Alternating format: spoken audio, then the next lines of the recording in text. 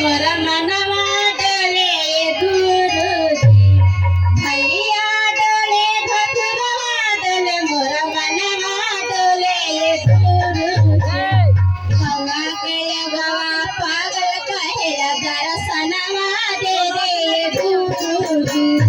हवा गया गवा पागल कहेला दर्शनवा दे दे गुरुजी